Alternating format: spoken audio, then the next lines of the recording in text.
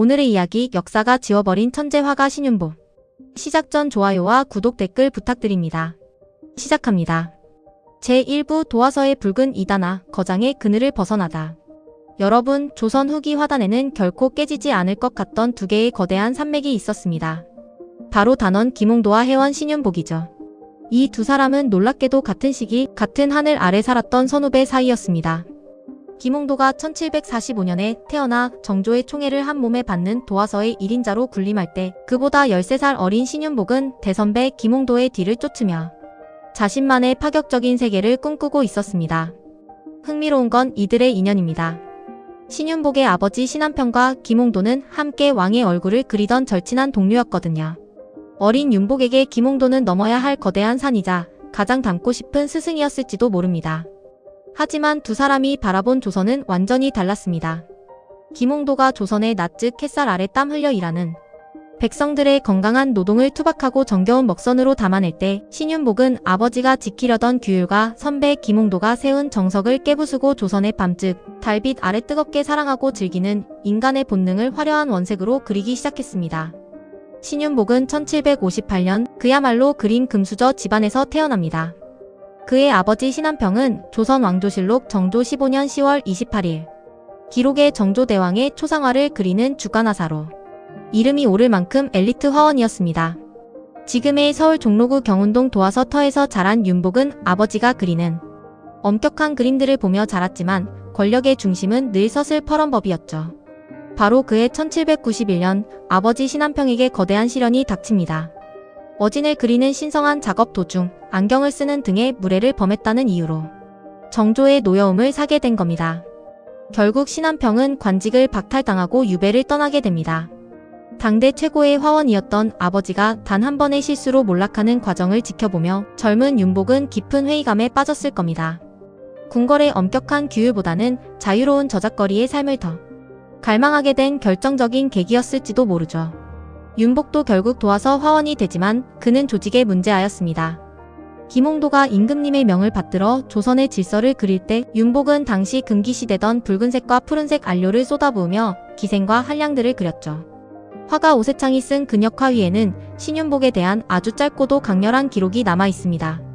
신윤복은 도화서의 화원이었으나 속화를 즐겨 그려 풍속을 어지럽혔다는 이유로 결국 쫓겨났다. 가문의 영광을 뒤로하고 쫓겨난 윤복. 하지만 그는 오히려 홀가분하게 붓한 자루를 쥐고 한양의 뒷골목으로 스며듭니다. 진짜 이야기는 이제부터 시작됩니다. 제2부 1793년 8월 21일의 밤 그림 속에 숨긴 1%의 암호. 도화서에서 쫓겨난 신윤복은 이제 한양의 밤을 지배하기 시작합니다. 여러분, 신윤복 하면 가장 먼저 떠오르는 그림 월화정인 아시죠? 그런데 이 그림 속에 현대 과학자들이 기겁한 타임스탬프가 찍혀 있다는 사실 알고 계셨나요? 그림 속 달을 보세요. 위로 볼록한 기묘한 눈썹달이죠. 오랫동안 사람들은 신윤복이 멋부리느라 마음대로 그렸나 보네라고 생각했어요. 그런데 천문학자들이 조선의 공식 일기장인 승정원 일기를 샅샅이 뒤졌습니다. 놀랍게도 정조 17년 8월 21일 기록에 이런 글이 나옵니다. 이날 밤 달의 일부분이 가려지는 월식이 있었다. 신윤복이 그린 그 달은 상상이 아니라 그날 밤 1대1시 50분경 서울 종로 피막골 인근에서 실제로 일어났던 부분 월식을 그대로 기록한 것이었습니다.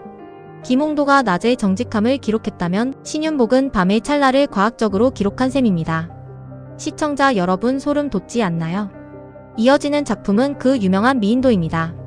지금 서울 성북동 간송미술관에 가면 만날 수 있는 이 여인. 그녀의 눈빛을 가만히 보면 가슴이 뭉클해집니다. 당시 기생은 천민이었지만 신윤복은 그녀를 세상에서 가장 고귀한 여왕처럼 그려냈습니다. 여기서 신윤복은 사실 여자였다는 파격적인 가설이 나옵니다. 저고리 고름의 매듭, 치마 안쪽에 은밀한 매무새. 이건 남성 사대부들이 절대 알 수 없었던 영역이거든요. 비록 역사서엔 남자로 기록되어 있지만 그의 마음만큼은 억압받던 조선 여성들의 가장 친구이자 대변인이었습니다. 하지만 신윤복의 전성기도 잠시 1800년 글을 은밀히 아껴주던 정조대왕이 갑자기 세상을 떠납니다. 조선에는 다시 차가운 유교의 법도가 얼어붙기 시작하고 신윤복의 그림들은 불온한 것으로 낙인 찍힙니다. 그는 결국 1813년 마지막 기록을 남기고 역사 속에서 연기처럼 사라집니다. 제3부 사라진 거장 해원, 우리 곁으로 돌아오다. 1813년 이후 신윤복이라는 이름은 조선의 모든 공식 기록에서 삭제됩니다. 무덤도 없고 자손의 기록도 희미하죠. 중인 계층의 인물들을 기록한 유재권의 이항견물록을 봐도 술을 좋아하고 풍류를 즐겼다는 짧은 묘사만이 남았을 뿐입니다. 세상은 그를 잊으려 했지만 그의 그림은 100년 뒤 바다 건너 일본에서 다시 숨을 쉬기 시작합니다. 1930년대 일제강점기 조선의 문화재들은 헐값에 일본으로 팔려나가고 있었습니다. 신윤복의 보물 같은 그림들이 모여있는 해원전신처. 역시 일본인 수집가의 손에 넘어가 도쿄의 한 골동품 시장에 놓이게 됩니다. 이때 혜성처럼 나타난 청년이 있습니다. 바로 간송 전영필 선생입니다. 그는 신윤복의 화첩이 일본에 있다는 소식을 듣고 전 재산을 정리합니다. 조선의 정신을 되찾아와야 한다.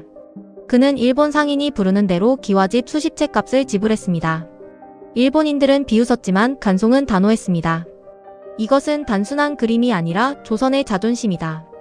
간송 선생이 목숨 걸고 지켜온 덕분에 우리는 오늘날 성북동 미술관에서 200년 전 신윤복이 쓴 붉은색과 푸른색의 생생함을 그대로 볼 수 있게 된 겁니다.